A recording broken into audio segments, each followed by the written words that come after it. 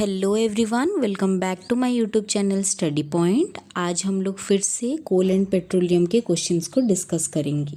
तो चलिए शुरू करते हैं। तो चलिए अभी क्वेश्चन नंबर 5 को देख लेते हैं। In the oil well X forms the top most layer followed by Y and then finally Z. X सबसे ऊपर है, उसके बाद वाई और उसके बाद सबसे नीचे है जेड। तो X Y Z are respectively. तो हमें पता है कि जिसका डेंसिटी जितना कम होगा वो ऊपर फ्लोट करेगा। समझ में आया? जिसका डेंसिटी जितना कम होगा, तो इसका आंसर क्या हो जाएगा? सबसे डेंसिटी कम किसका होगा? नेचुरल गैसेस का। नेचुरल गैस का सबसे डेंसिटी कम होगा। उसके बाद हमें पता है ऑयल फ्लोट्स ऑन वाटर, उसके बाद आ जाएगा ऑयल एंड देन आ जाएगा वाटर। तो ऑप्शन ए हो जाएगा हम लोगों का करेक्ट आंसर क्वेश्चन नंबर 5 के लिए। समझ में आया? तो नेक्स्ट है question number 6। Read the given passage and fill in the blanks by selecting an appropriate option.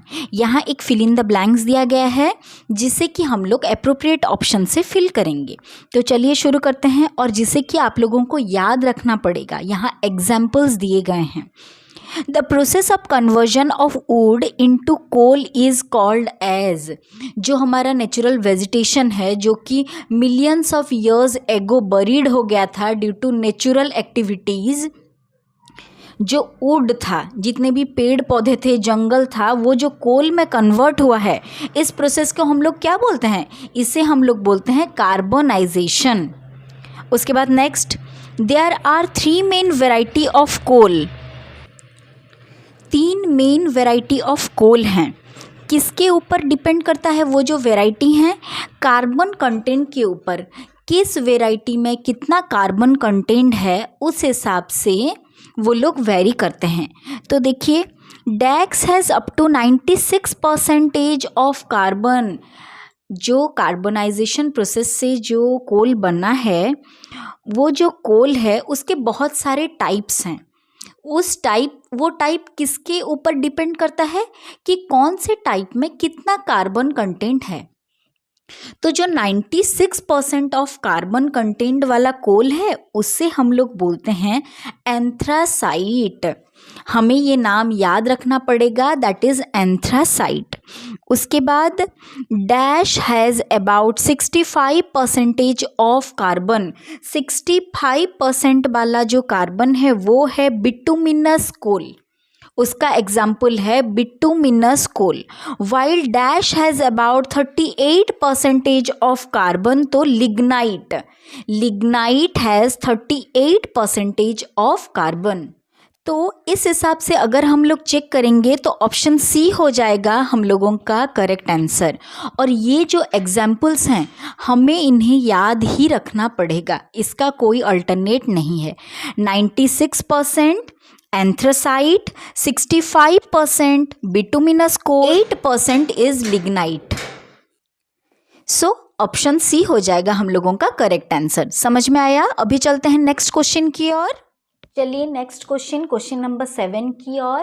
Question number 7 बोला गया है, read the following statement and state true for true and F for false.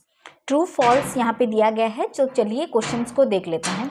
Question number 1, the crude oil pumped out from a well is black liquid, hence it is called as black gold. ये जो पहला वाला statement है ये false है। देखिए, the crude oil pumped out from a well is black liquid, ये perfect है, वो ब्लैक लिक्विड है। Hence it is called as black gold, ये गलत है। उसे हम ब्लैक गोल्ड बोलते हैं, पर क्यों ब्लैक गोल्ड बोलते हैं? Because of its high economic value. इसका जो पेट्रोलियम का इकोनॉमिक वैल्यू जो है, मतलब जैसे कि वो मतलब एग्जस्ट हो जाएगा, that is one of the exhaustible natural resource, जिसे कि नॉन रिन्यूएबल रिसोर्स है वो, उसे हम रिन्यू नहीं कर सकते ह्यूमन लाइफ स्पैन के अंदर। इसीलिए hence it is called as black gold, इसीलिए हम इसे उसके इकोनॉमिक वैल्यू की वजह से हम उसे ब्लैक गोल्ड बोलते हैं। समझ में आया? स्टेटमेंट सेकंड में, crude oil contain different fractions which have different boiling points. ये स्टेटमेंट बिल्कुल ट्रू है, क्योंकि क्रूड ऑयल के साथ मतलब पेट्रोलियम के साथ हंड्रेड्स ऑफ प्रोडक्ट्स वहाँ से हम लोग निकलते हैं, जैसे कि वैसलीन हो गया, बिटुमिन हो गया, उसके बाद जितने टाइप्स के परफ्यूम्स है, बहुत सारे क्रीम्स में यूज किया जाता है, पेंट्स में। तो ये जो डिफरेंट फ्रैक्शंस मिल के हैं, they all have different boiling points. ये बिल्कुल सही स्टेटमेंट है, सेकेंड स्टेटमेंट करेक्ट है। अभी नेक्स्ट आ जाते हैं थर्ड स्टेटमेंट में, crude oil is refined in fractionating tower. ये बिल्कुल सही है, हम पहले के क्वेश्चंस में डिस्कस कर चुके हैं कि जो फ्रैक्शनेटिंग टावर होता है, जिसका हाईएस्ट बॉइलिंग पॉइंट होता है, that condenses at the bottom of the fractionating tower, और जिसका बॉइलिंग पॉइंट सबसे लो होता है वो कंडेंस होता है सबसे top of the fractionating tower. तो ये ट्रू है। उसके बाद आई भी नेक्स्ट वाला देख लेते हैं, during refining of petroleum the fraction with lowest boiling point condenses at the bottom. ये तो गलत है, हम लोगों ने अभी पढ़ा है कि highest boiling point condenses at the bottom of the fractionating tower, तो ये स्टेटमेंट फॉल्स हो जाएगा। तो इस हिसाब से अगर हम लोग देखेंगे 7 का करेक्ट आंसर हो जाएगा सी। 7 का करेक्ट आंसर हो जाएगा ऑप्शन नंबर सी। समझ में आया? Thank you for watching. Take care.